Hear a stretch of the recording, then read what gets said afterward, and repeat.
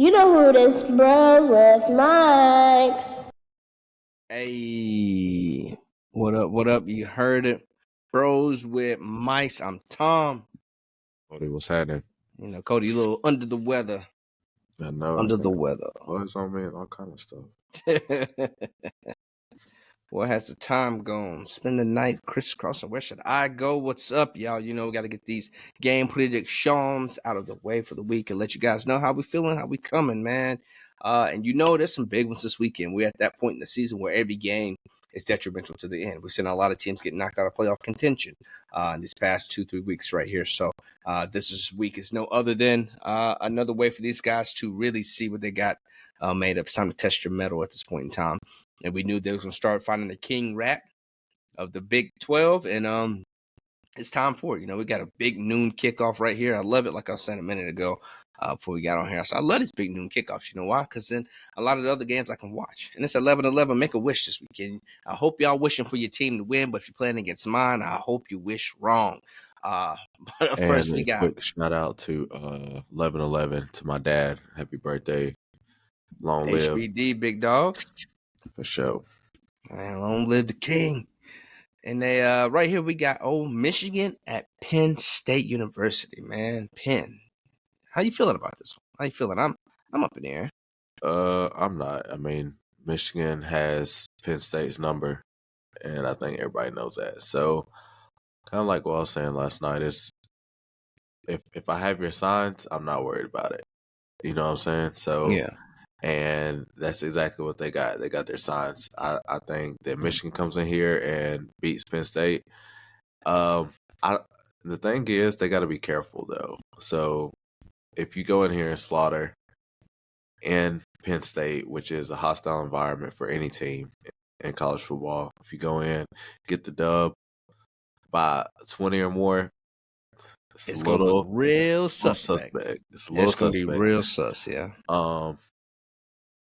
Like I said, if Michigan decides to go without any help, allegedly, then I think Penn State can win this game. I mean, they're in Penn State. It's one of the craziest environments in college football, always has been. So, but like I said last night, Michigan's the only team that's holding their opponents under 10 points in all of college football. Except like Purdue. Purdue got 13 on them. It's eating. No, I'm saying scoring defense. Yeah. They have the number one scoring defense. Yeah.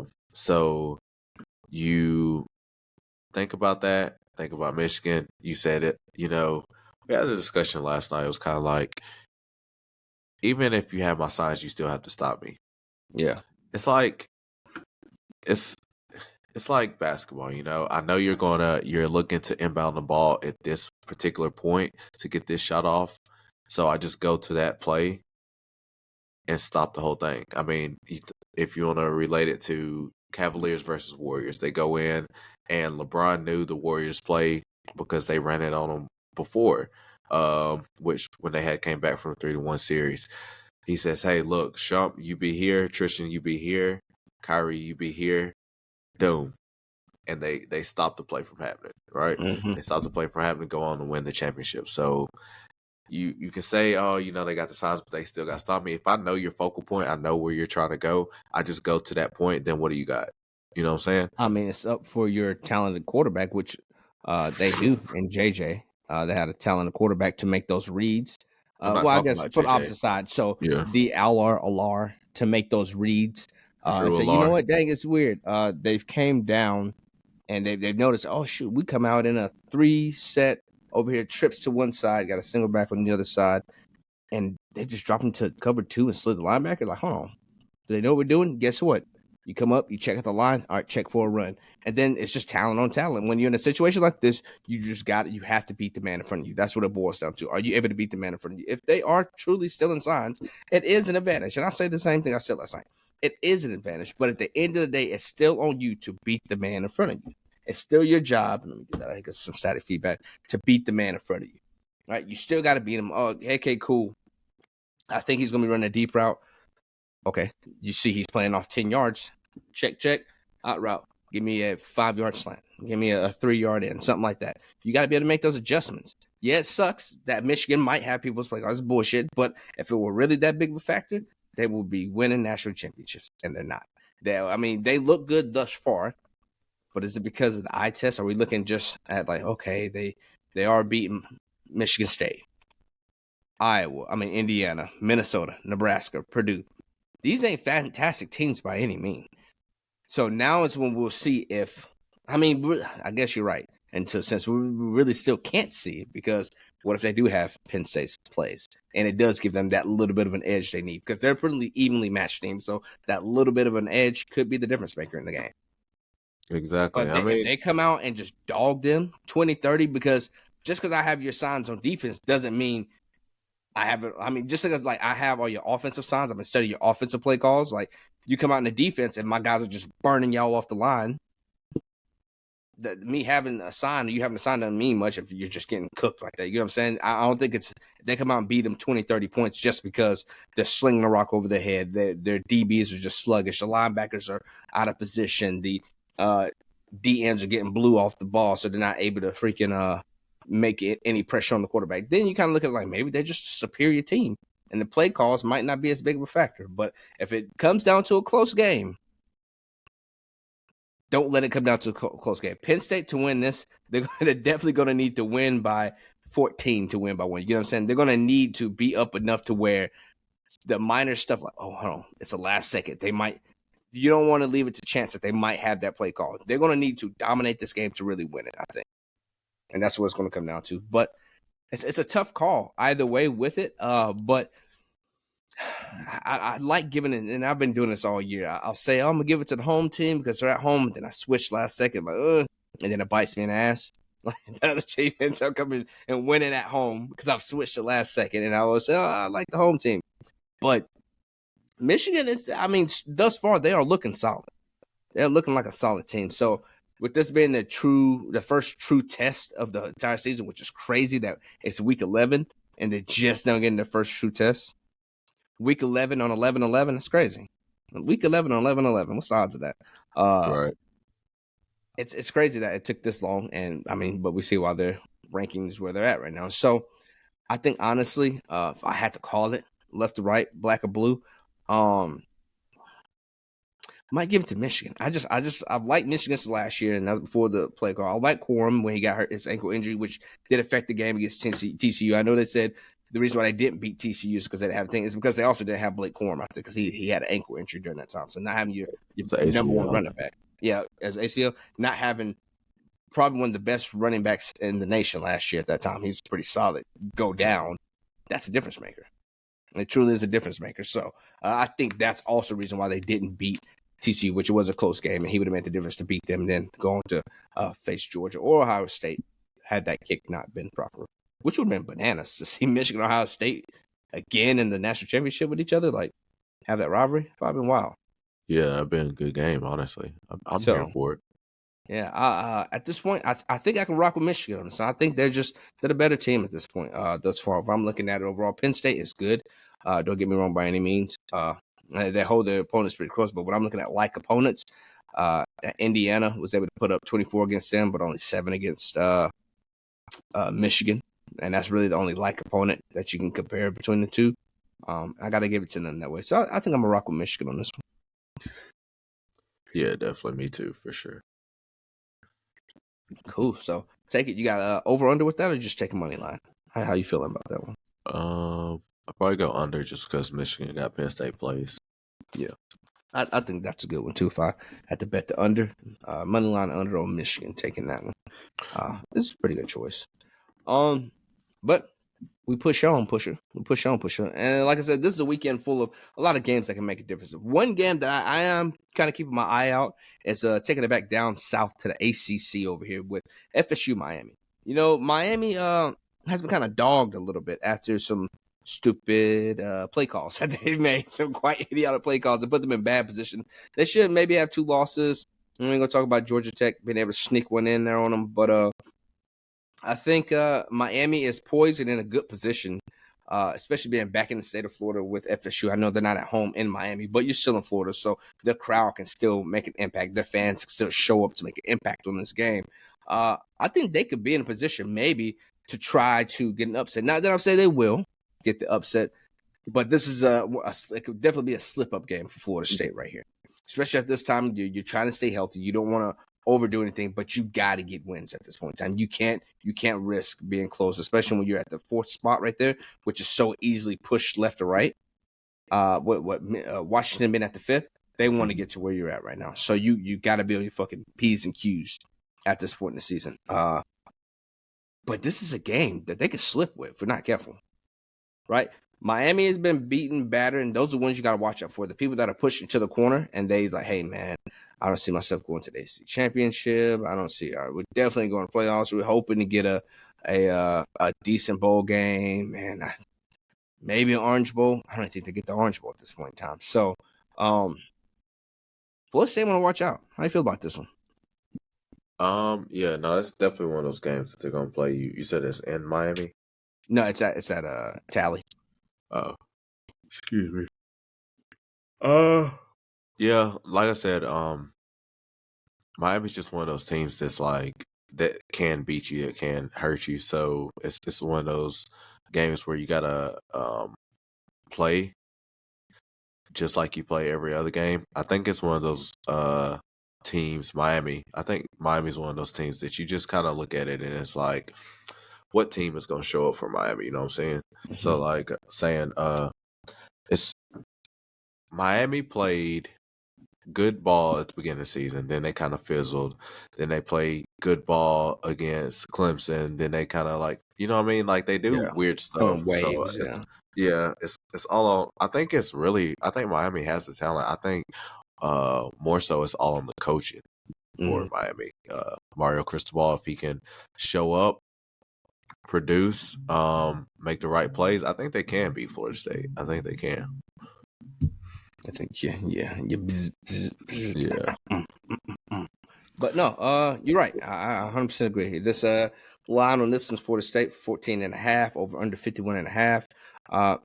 If Miami's not careful, Florida State will easily put up that and then some. Right?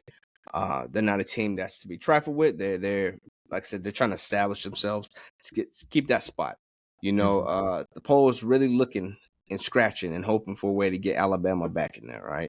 So everybody who's in front of them, the Washingtons, the Texas, the Oregons, and everybody thus far, y'all got to watch out. They won't Bama to get in there, so you don't give them a reason to do it. And this is one of those games for to say you can give them a reason to start moving people ahead, start shifting around. You got 3 weeks left. There's a lot of movement that can take place in this time frame. So I think Bama probably gets in, though, honestly. I think they really want Bama to get in, man. Bama's in a position where I think they kind of deserved it. They fought, scratch, clawed their way back into this. After that mess at Florida, I mean, Texas coming home and handling right there, we look at the schedule after that. I mean, you had the original loss to Texas at the beginning of the season. And Bama's just been on a tear after that. South Florida was a close one. They're still trying to get their quarterback situation figured out. And Jalen Milroe has grown. If you look at this time, this dude has made strides to get better, which you should be. You had an entire season, so you should be getting better. You shouldn't be staying the same. If you stay the same, you should be out of job by now. But we saw South Florida, great game. I mean, not a great game, very wishy-washy. But then we saw Ole Miss, who's known in one of the most prolific scoring offenses, held to 10 points. 10, right? I mean, if you look at, going back to Alabama moving up, you still got to see if it's not all on Florida State because you got Penn State playing this week. You got Ole Miss playing this week. Yeah, that's what I'm saying. There's a lot of people who could slip right now. There's a lot of gotcha games who could put people in position to allow Alabama to succeed. Right? I think it's more intriguing to see what happens to the SEC if Georgia does lose this week because that means that there won't be two teams in the playoff picture. Yeah, if Georgia manages, and that's another one we'll speak about with Tennessee. So what if, the Vols are a 2-loss team? Understandable. We win this weekend against Missouri. Georgia somehow loses against Ole Miss. And then we beat Georgia. And then we go to the SEC Championship. We beat Vandy, of course.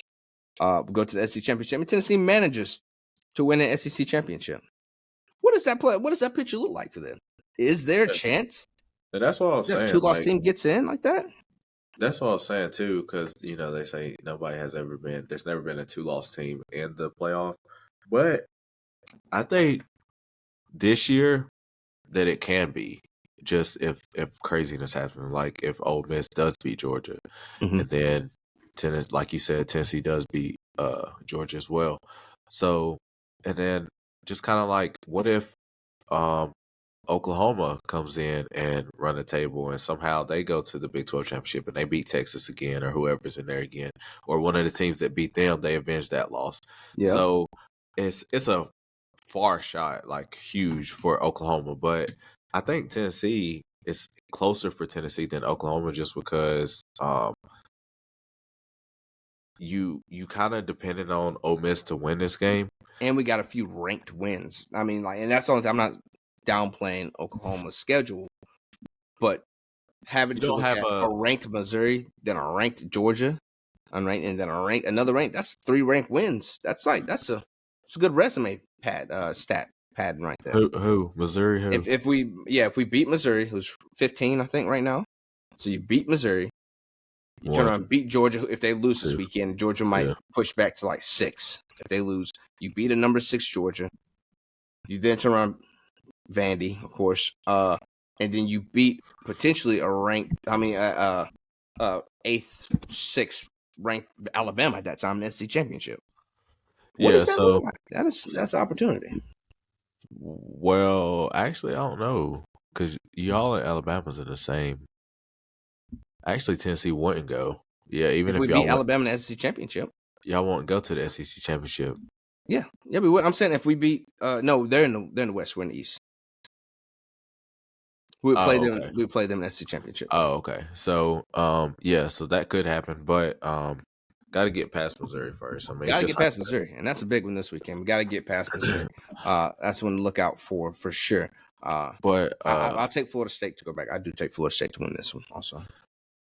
Ole Miss and Georgia, just on the topic, I guess. Ole Miss can win this game. It is in Georgia. I feel like Georgia's had a lot of home games this year. They've had a crap ton of home games and neutral. So has Alabama. Yeah. I feel like Alabama and Georgia had a lot of home games. I think like how Tennessee last year, how we had a crap ton of home games, and then we had a lot of road and neutral site games this year. Georgia's had a lot too. I mean, look at it. They had last one. Missouri was at home. Florida was semi at home. It's right down the road. Kentucky was at home. Who else did they have at home? UAB at home. South Carolina at home. Ball State at home. UT Martin at home. I mean, majority of the season's been at home, but they do get some tough ones right here. I mean, Florida, dude, hold on. 1, 2, 3, 4, 5, 6, 7, 8. Almost 8 games at home. 8 or 9 games. 8, yeah, 8 home games in a season. That's a lot. It's a lot of home games. Yeah, that's a lot. So I think next year, that Ole Miss has potential to win this game. It's just all on if you make the mistakes. I mean, Missouri could have ended Georgia's little streak last week, but it's all about executing at the right times. I mean, Georgia's defense is not bad at all, like we said before. But can Ole Miss execute those with Jackson Dart? I watched too much of Jackson Dart to like really have an opinion on him. So I know he came from USC last year. Nice with it, but at the same time, it's kind of like, what identity does he have? Like, I think this is the time to like put the world on who Jackson Dart is if they can get this dub. Yeah, you're right. And Jackson Dart is a talented quarterback. He can move. That guy, he can move out there. He's no Michael Vick by any means, way, shape, or form, but he can move. Georgia's only played 2 away games this year.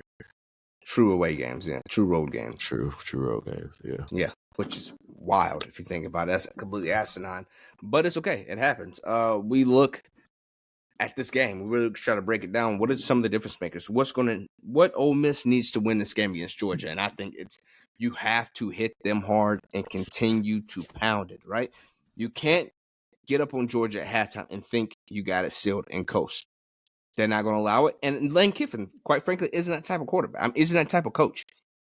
We know Lane Kiffin's the type of guy to go for it on fourth down. We know he's the type of guy to do some trick plays on the punts and stuff. That's what he's going to need to win this game, right?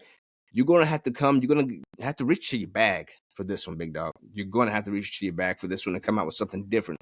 And be prepared to get Ladd McConkey, Delp, and all of them in a box and keep them there. Ladd McConkey's shifty. He's like Julian. This dude runs some crispy routes and finds a way to get open. It seems like this dude is almost like Brock Bowers. It's like Georgia's receivers just are always open. Like how, Sway? They're not that elite. They're not some super fast guys. Like, dude, this guy's amazing. They're not even built like that. But yet these dudes are always open. And that's the issue. So they're going to have to find a way to do some coverage to keep them contained. One, make the quarterback throw it, and do something about these receivers getting open. Whether it's whatever type of zones you're playing in, get at some real press coverage where you got some guys that are just physical and just beat the crap of them out of the entire game. And keep your foot on the gas. And defense is going to you're going to have to get some takeaways. Something either special teams or defense is going to have to make a play on one of these. You got to score because Georgia is great at scoring on defense. It comes in bunches. They're getting interceptions. They might get 2 in a game, and one of those might go back and put them in a position to score. Right? Pick six. Might not be a pick six. It might be a pick position to score. Right? You know what I'm saying? So, Ole Miss is going to have to bring their A game.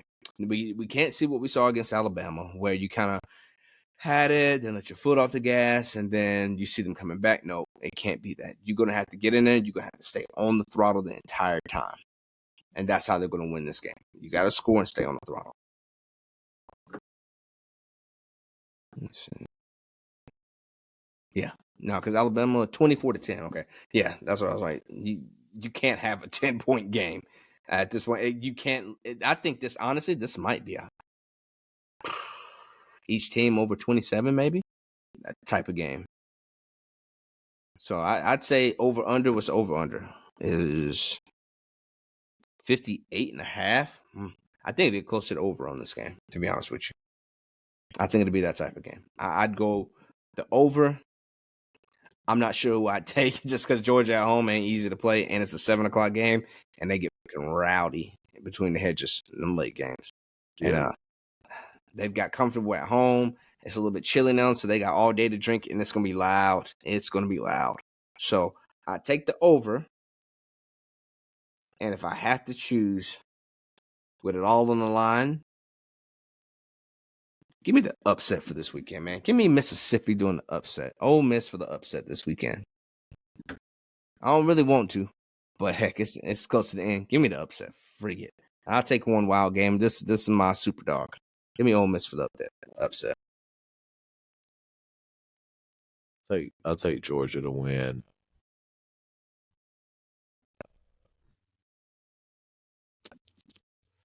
Probably won't cover the spread. Probably be like a 7 or 8 point game. But I think I'll take Georgia to win. Well, like a last fourth quarter kind of establish themselves and maintain that lead towards the end right there. I can see that too. Just as easy. Ole Miss making a mistake, man, because Georgia's their defense is good at getting takeaways. Malachi Starks, them guys, they're ball hunters, they're headhunters out there. If it flies, it dies. They're going up and getting it. So that's what I worry about with Georgia being able to get those takeaways, or Ole Miss, especially once Jackson Dart gets tired, because he's going to be running a lot. He's going to be running his ass off. Georgia's going to blitz him. They're going to send heat. They know he's prone to throw these interceptions. 4 interceptions on the year. They know he's prone to throw them. They're going to send some heat at him. So I think they're going to have to be careful, and you're going to have to make some plays, Georgia, to win this one. I think the defense can make those plays, but I'm a pray. It's 11-11, making a wish. My wish is that Ole Miss upsets Georgia this weekend. For sure. Yeah, give me. What you got next right here, man? What we got next? Let's take it to Rocky Top.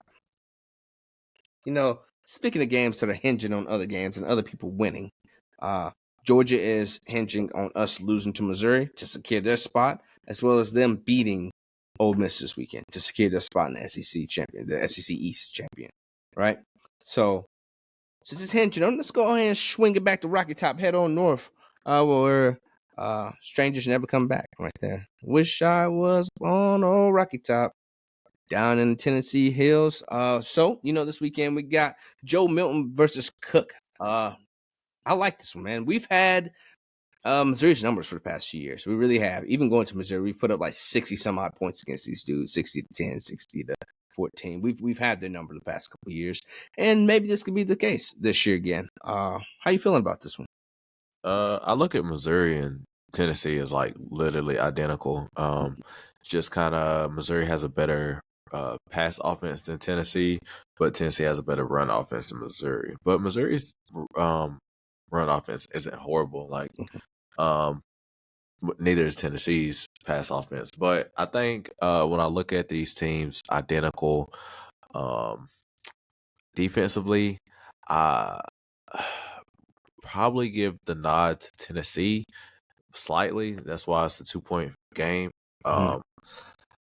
In Missouri, I'll probably take. I feel like Tennessee will win, but I feel like I'm gonna be wrong if I take Tennessee this week. So I know it's crazy to say. I really don't know. I'll probably take.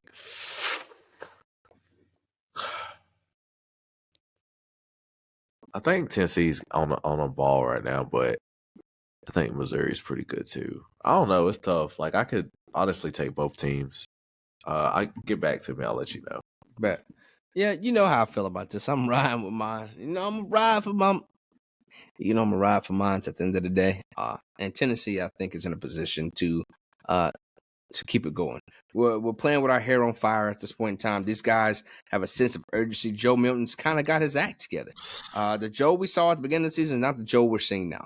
This Joe is making decisions. He's being more decisive when he needs to be. He's running. He's putting his shoulder down. Yeah. He's getting to the line, right? And he's completing passes to guys that are quite frankly wide open. Just toss it up, let him go get it, right? Okay, you bet.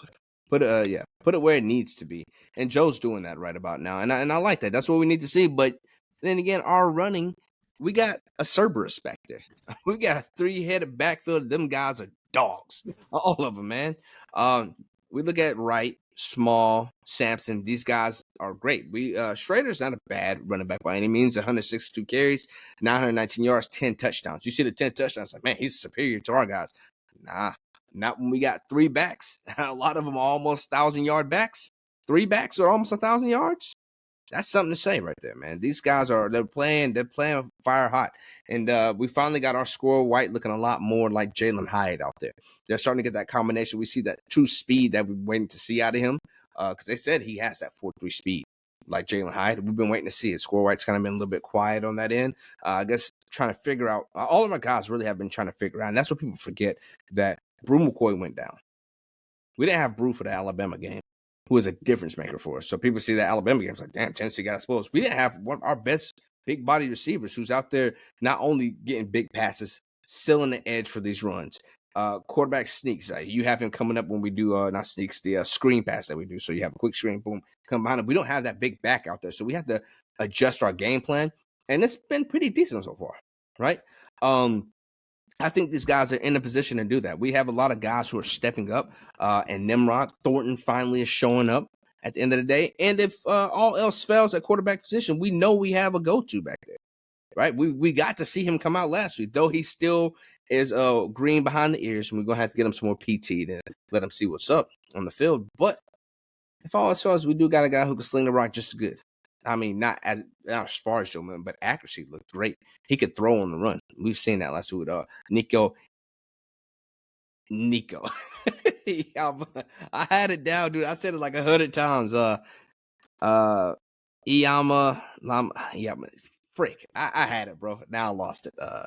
Nico Lama a little bit. Whatever. Nico being back in the backfield right there. So I say this will be a close one. I don't predict a blowout like it has been in the past, where we've had the numbers. I think we'll continue just like Kentucky. We kind of just have these guys' numbers right here. The over/under 57.5 line Tennessee. I'm gonna take Tennessee for sure with the money line on this one. If Alabama wasn't able to stop our running backs, Texas A&M wasn't able to stop our running backs, Missouri is not going to stop our running backs. I don't see it. Like, you know what I'm saying? These guys are they're built different. Yeah. Yeah, I think these guys are they're them, right? They remind me of Cordell Patterson and Alvin Kamara back there again. Like seeing these guys, they're electric. They can get yards in bunches. So I think that's what we're going to see. That's going to be our difference maker. It's been the entire year. Run, get you to bite in, and Joe just has to hit the open pass. Our guys can get open. We got some elite speed on the edges. But Joe you got to make the pass. They'll be open. Make the pass. Go get it. Get yards after the catch. That's all we need. And that'll be the key to win this game. So I got my Volunteers winning this one also at Missouri. 3:30 CBS. Dude, I feel like this is nostalgic on my life. Seeing the SEC on CBS, like just saying that reminds me of being a kid. Like SEC, CBS. That's what you see. That 3:30 slots. That's usually where we're at. Tennessee for the longest went in the primetime game. So I got used to seeing 3:30 games. And it just reminds me of that. So I'll take it. I'll take the Volunteers on this one too. Yeah, I think I'll take Tennessee on this. Not confident in it, but I don't want to be confident in Sam Missouri either. Yeah, not when that guys are playing like they're on offense. Our offense is cooking with grease right now. They've prepared themselves to take on the ultimate challenge next weekend. We just got to execute this weekend. You got to no stupid penalty. That's honestly that is going to be the difference maker for this Tennessee team. How many false starts, offsides, holding calls are we going to get? That'll be the difference maker. If these guys can't stop fouling and holding and everything else under the sun, then that'll give them the game. They end up with 100 yards of penalty. That'll be the difference maker for the game. That'll shoot us in the foot. So these guys are going to have to clean that up, Coach. There's no way you haven't put hot coals down their throat at this point in time to get their act together. So hopefully we clean that up and we'll win this game. All right, let's push on. Pusher. We got the Utes versus Washington. Utah Utes versus Washington. How you feel about this one, man? Give me Washington. Send Washington. Give me Washington. Yeah. Utah's offense still shaky. Defense is decent. Like I said, still think their defense is pretty decent. But just give me Washington. I think they handle business in Washington and Seattle. Yep, I take that 100%. I don't even really have to go into depth with this one. I don't think I got Washington handling this, and they are rolling right now at this point in time in the year. I don't think these guys are really seeing another threat, like true test until the Pac-12 championship where they see Oregon again, hopefully, and then we'll see if that first game was a fluke or not. But it's time for the King Rat to come out, and Washington might be the King Rat to Pac-12. I think so. I think so, especially at home. I'll take Washington with this one, with scoring in bunches, just because the Pac-12 ain't got a lick of defense, man. I think what's the over/under 49.5 and 9.5 is the spread. I think it'll be the same. I think Washington will score 30+ points again on these guys, 40 maybe. So I'll take the over on this one and Washington winning. Yeah. Y'all off this week? Let's see. Oh, no, y'all got West Virginia. Mm-hmm. Mountain Mama. Take me home. Country roads. How you feeling about this one, big dog? Especially after last week. For Oklahoma, it's like kind of disappointment because you don't want to see our team take 2 losses in the regular season, which don't really happen often. Mm-hmm. So whenever it does happen, it's kind of like a shot to the season. So a lot of people probably kind of over it. But just one thing I want to say is people got to chill on social media, bro. Yeah. I know like a lot of Oklahoma players have deleted their socials because the fans are so toxic. Yep. And like I get it, bro. But you got to remember that these kids are kids. At the end of the day, and death threats, all kind of stuff. Like it's egregious. To be honest with you, it's ugly, truly bro.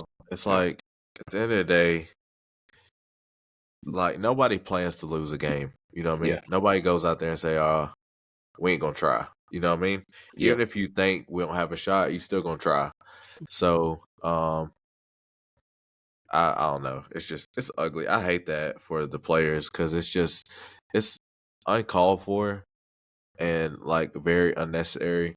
So whenever you see things like that, and I ain't even just gonna say for the kids, I'm saying for like people in general, like everybody. And I get that's what they sign up for and this, that, and the third. But it's ridiculous. I don't know. I really don't even have too much to say about it just because I'm disappointed in Oklahoma fans. Some of them, not all of them, but some of them. But West Virginia took a L to them last year. West Virginia's always that sneaky team that Oklahoma plays. Always like a little shootout with them. But playing it in Norman this week, so hopefully they get the dub. I don't know if they are or not at this point. So yeah, no, you never know. I think you guys got to bounce back. You got your guys healthy again, and that was a difference maker last week. Sent a lot of those key defensive players not in a position to make plays for you guys being out of the game. It's definitely it's a gut wrenching hit right there, and it sucks that it came at this point in the year, and they just started to get hurt in a game that was detrimental, the game that you really needed to win, just being potentially the last bedlam. But I think you guys can get this one. The officiating all around has been just piss poor. Yeah, that's all. Like, I don't know. You know what's crazy is y'all said, I think in a chat the other day, you said something about like something being rigged or something. You know what's crazy is I was watching this TikTok and it was this news podcast and he had a NBA referee on there and he was like, he's retired now, but he says that I would tell his friends, like his personal friends, he was like, I would tell my friends what games to bet on because I knew how the officiating was going to be played out throughout the game. Meaning, I knew who was on that game and I knew who was going to win that game. Yeah. So they was making thousands of dollars. Like, and who was it? Not Gilbert Arenas, but another player. I forget who it was. They were having a chat on the podcast, and he said, the NBA would rather. I think it was the Celtics and the Heat were supposed to be playing, or the Sixers and the Heat were potential to get playing. They're like, what game do you think the NBA wants to be played out more for revenue? The Sixers versus Miami, or the Celtics versus Miami? Of course, they would rather the Celtics and Miami go because that's going to generate a lot more money. They want that game to go ahead of time. So if your game is a close one, trust me, they edging them refs like, hey, don't let it come down to a 1 or 2 point game because the refs are going to go towards the game that's going to make the difference maker to get them on to the next level, right? So he said we would have to win these games by 15, 20 because we couldn't let it come down to a 2, 3, 4 point game because all of a sudden some of these calls weren't going to be going our way, which would allow them to take the lead. And that's how it is some of these. Which is sad. You grow up and you do all this for your whole life. You doing sports, and then you get to like this level, and things are like being manipulated. Yeah, towards one way or another. It's sad, bro. I wish money is literally, and I mean this with my whole entire heart, the root of all evil. I hate that shit. I really do. That's how folks are, man. The greed to get you, money to get you. But at the end of it, it's a business that is being run. They want to do it for free. We'll strip all monetary value to it and see how they play when they play for free, just for the love of it, right? Bring it back down to that. And we'll see how the difference goes, how some of these games actually turn out when it's just the love of the game. Like in college, when we see them when it was truly for the love of the game, how some of these guys were playing, right? Not as many of these opt-outs. Oh, I'm trying to get my bag. I got my NIL. I'm doing this. No, when it was truly just for the love of the game, and you had that respect for your team and your coaches that, all right, we might not be in playoff competition, but we got a good bowl coming up, and I want to get that ring, man. And it was for the playoffs, BCS champion. Hey, we might not get the New Year's Six, but we got a huge bowl coming up, and I still want to go ball out for my team. And you've seen it, but now, and it's cool. Money on the line, it's different. You get to see some of these teams that hadn't played, you know what I mean? So it's like, oh, bro, you know, like when you get a Clemson and a Tennessee, and you get a Alabama, Oklahoma, who, you know, normally didn't play, like things of that nature, it's cool because it's like, oh, you know, we don't get to see that regularly. Like I always thought that the bowl games was more important than the regular season when I was growing up. So and now you have like opt-outs and it don't matter because, you know, you're not playing for the playoff for that top 4 spot. It sucks, but you know, it truly does. It truly does. And that's just the nature of the beast and the nature of we've pushed it this way. I think us as fans and the nature of the game we've pushed for it to be that way. And now we get what we asked for. It's like, no, this ain't exactly what we asked for. That's not how we wanted it. Like, nope, you want it this way, we'll give it to you this way. And it just kind of sucks. You want these players to get paid? Guess what? Now they paid, and now they opting out. Now they're a bunch of friggin', they were already prima donnas. Now they really are prima donnas, even more so than they've been. They was opting out before, but yeah. Now you're sending in bunches. People trying to secure their bags at this point in time. People are like, hey, if I ain't got to do it, I ain't gonna go. But that's what happens with it, man. But you don't have to earn it, and it's given to you, and you kind of see it for that example. But give me Oklahoma in this one again. I think they bounced back. Yes, Denny Stutz back. Levy's still there. He ain't been fired. He's gonna make some adjustments. They're gonna win this game. They're gonna push on. That's what you got to do. I don't think Levy should be fired in the first place, but it is what it is. Folks want to see it. Folks get a couple losses and they get their pennies in a bunch. Another big game that I want to touch on, which I feel like it could still be a slip-up game if they're not careful. Oregon should win this one against USC. USC is not that talented of a team we saw. They can still score, so you got to be careful. Mm-hmm. But Oregon is a superior team. It's Oregon at USC out there, man. I think Oregon, with them being at home and a you good over there? Yeah, can you hear me? I think you cutting in and out. All right. Oh, yeah, my bad. Oregon's at home on this one. They're gonna be playing Sunday. By the time this game finishes, starting at 10:30 p.m., this game will finish Sunday, super late. So half of us probably laying it down. I'm not going to be watching this game going to 2 overtimes for Oregon to pull this one out. Oregon will pull this one out. I'll give Oregon the edge on this one, and I will take the over on this game. It is currently at 74. So if I were you, I'd be looking at that. I'm taking over. These guys are going to come out and sling the rock. Caleb Williams got something to prove. After running his mouth talking about, hey, what if I go ahead and give me ownership to that NFL team? Well, that bit you right in the ass, young man. It came back hard when you try to lose your humbleness, which he never had, to be honest. You start trying to make comments like that, and then you start getting embarrassed in games, and it's like, you wanted what? Dog, you'd be lucky if you get picked up in the second round. You look like a real third rounder right about now. So, give me Oregon, and I'm taking over on that one. Caleb Williams definitely the number one pick. Definitely. I ain't gonna say definitely, but he is the number one pick. No questions asked. I'll take Oregon as well. Just fired their little coach, so it's not a whole lot that I don't know. You never know, though. You never know. Sometimes it's like, look at the Raiders. They fire their coach and they come out and lay a smackdown on the next game. You know what I mean? So you never know. But I think I like Oregon this game. Yeah, and this game is supposed to be huge. I'm in the beginning of the season. It's like, man, this game. Well, even 3 weeks ago, 3-4 weeks ago, this game was like Oregon. Man, it's gonna be huge. And then my how times have changed in a matter of a month. How much it has changed. Notre Dame lost.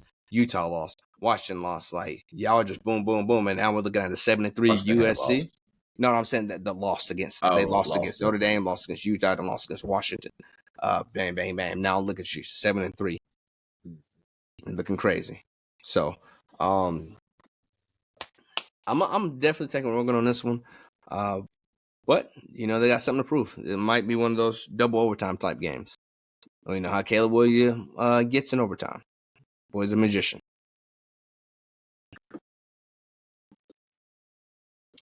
So, but man, that's real.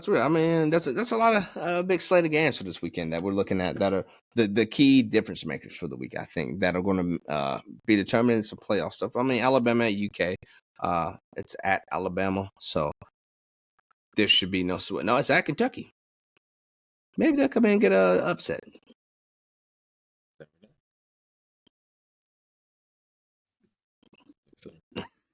Heck no, man. But you never know. You never know. Leary started slinging that rock against us. He looked pretty darn good against Tennessee. But it ain't that hard when you BS or nothing and you lose your number one cornerback. So yeah, that's very true. Yeah, it happens. But yeah, no, that's something to think about for this weekend. These are a great slate of games. As we always say, every weekend's really good slate of games. We wouldn't be watching these guys if it's a bunch of trash games. You wouldn't be on the primetime slots. You end up at some weird slots. You might be playing on Thursday. Like we're about to see Louisville versus UAV right here.